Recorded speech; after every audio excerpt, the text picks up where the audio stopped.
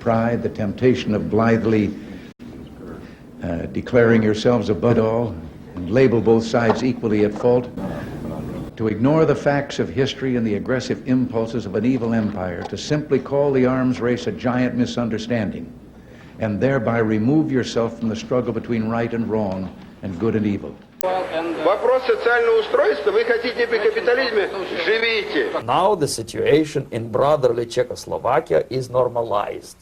This is what will happen in the United States if you allow all these schmucks to bring the country to crisis.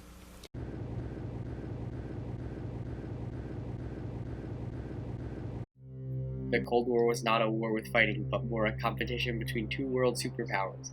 This war was between Russia and the US, with roots in the arms race and the space race. Reagan portrayed that this is not a battle between countries, but a battle between good and evil. This was more than just one-upping the enemy. This was the United States versus the USSR, communism versus capitalism, and most of all, good versus evil. As tensions rose, the drive to one-up the enemy rose as well. Americans and Soviets were locked in a race to achieve better weapons and technology. As American conservative Michael John stated when looking back on this, what we face today in the Soviet communism is indeed an evil empire. The two main competitors of the space race started out as allies in the Second World War. The US and USSR combined powers to take down the Axis regime. The Japanese conflict ended with a nuclear bomb from the US. The Soviets grew weary of the increasing US power. An iron curtain has descended across the continent. The Iron Curtain was a group of countries west of the USSR that gave the USSR a cushion from the West. The newly added countries gave the Soviet Union a greater power and industrialization. The US founded NATO. This made the alliance between the Western powers stronger. This gave the US a cushion to the east. The main goal of the Cold War was to spread your own ideology and stop the spread of the other's inferior and dangerous ideology. This gave way to many conflicts like the Vietnam War. Many of these mini-wars had similar causes and started in similar ways. It tended to begin with the USSR sending troops into a third world country and causing rebellion. Next, the rebellion would take control and the US would rush in troops to stop the spread of communist ideals. Both superpowers believed that they were the best and the other was inferior. The primary competition between these two world powers, other than the arms race, is the space race. This endeavor was kicked off October 4th, 1957, when the USSR launched the first orbiting satellite the world has ever seen, called Sputnik. The ability to keep up an object from freezing in space was the key barrier, and it was broken by making the shuttle out of an ice-resistant polymer. This launch was crudely received by Americans, who viewed space as the next frontier.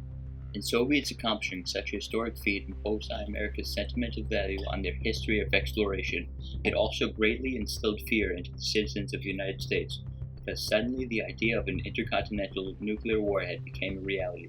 This quickly became an essential political goal for Americans, which was to beat the Soviets in an unannounced space race. The technological barriers that must be broken would surely show the intellectual and scientific superiority of the countrymen, and therefore show the superiority of their socio-economic ideology.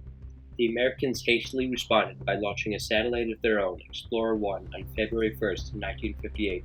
The USSR was the first to test the barrier of life in space, and on November 3rd, 1957, they sent a dog into space on Sputnik 2.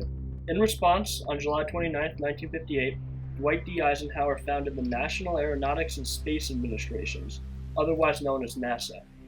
In the Space Act, this organization's sole purpose was to explore and gather information about space in our universe. Russia already had a space program known as the Soviet Space Program. Yet unlike NASA, it was a government organization rather than a civilian organization, leading to more corruption and bureaucratic stagnations. It did, however, take the United States 2.5 years to counter the Soviets' launch of Sputnik 2, and for NASA's first important mission, they launched a chimp into space on January 31, 1961. This launch was more successful than Sputnik 2 because they were able to return the chimp to Earth alive, another perceived impossibility suddenly conquered by man. Yet there was still the greatest physical barrier to be broken. Man breaking through the atmosphere and safely returning was a feat seemingly impossible. The technological barriers needed to be broken. To even fathom such a feat would be revolutionary. The US had just taken their first lead, however slim, and the USSR felt obligated to impress. The cold vacuum of space and the blazing heat of re-entry gave strict temperature parameters. This led to the invention of a fire-retardant polymer, used both in spacesuits and for the re-entry of spacecraft. Creating this polymer wasn't overly difficult, but ice-resistant shuttle was a technological struggle. Once this material was created, however, launching a man into space and returning him was not out of the realm of possibility. The last inventions required was a wireless hands-free headset to communicate with astronauts in mission control, along with a parachute strong enough to carry shuttles to the ground. On April 12, 1961, everything was set for Yuri Gagarin to be sent into space and into orbit. The USSR swiftly retook the lead in the space race. Less than 1 month later, the US sends Alan Shepard into space, but not into orbit.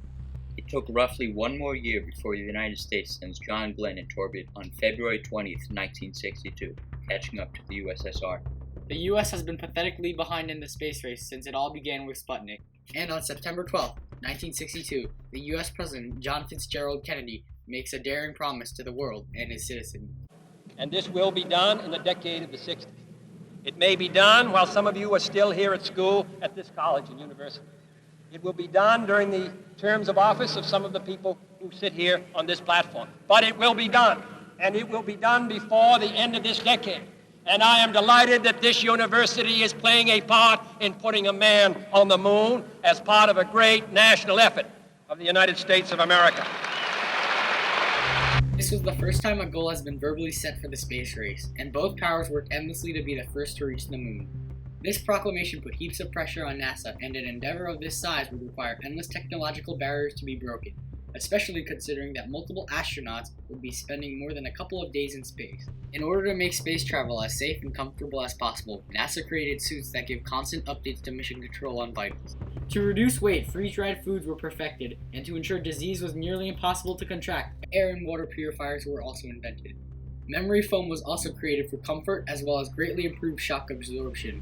General innovations were also created, such as scratch-resistant clear plastics for windows and helmets, handheld super cameras for improved data, and portable computers. These scientific concoctions were vigorously worked on and perfected over the next 8 years, and were prepared to be put on test July 16, 1969. The crew of Apollo 11 took off, and the world superpowers waited for its results with bated breath. 4 days later, on July 20th, man's greatest achievement in exploration was about to occur. It's one small step for man, one giant leap for mankind. The world was astounded, for man has walked on the moon. The Apollo 11 crew, including Neil Armstrong, Buzz Aldrin, and Michael Collins, came back as American heroes.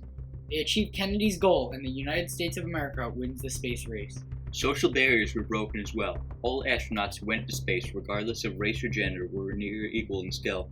The Soviets won in nearly all areas of the unannounced race for equality in space by sending Valentina Tereshkova, the first woman in space, and Pham Tuan, the first Oriental man in space, into orbit. Astronauts were chosen purely for nationalistic purposes rather than merit. The desire to win the space race later leads both powers to choose only the best, regardless of ethnicity or gender. The competition between the USSR and USA put an everlasting economic strain on the USSR. Getting a man on the moon was the Soviets' main goal of the race. The USSR had to show the world that they were the true superpower and that communism was the best economic ideology. They used every bit of every resource they had to complete the goal. The Soviet Union lost the space race and spent so much on the program. However, their communist economic system could not support the excessive spending. The people of the Soviet Union were the ones who suffered. The people went hungry. This was a crushing blow to the rulers of the Soviet Union, as it showed that communism failed as an economic ideology. When Mikhail Gorbachev came into power, he loosened the government's grip on the people. He allowed for more and more social and political reform to appease the population. His reforms got to the point of littling his power. Eventually, he resigned from office and gave Boris Yeltsin control of Russia. The Iron Curtain was released. Russia became a multi-party democratic state. The USSR collapsed in on itself. On the other hand, the USA only seemed to be getting better as a nation, having growing successes in their space program, NASA. From 1990s on to the 2010s, NASA's exploration efforts and technology greatly improved, from the probing of Jupiter and Mars to the Hubble telescope and the reusable shuttle.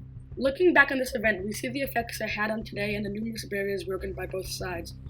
The Soviets started this race with the launching of Sputnik 1, the first artificial satellite in space. The US responded with launching of Explorer 1, ABMA, the first US satellite in space.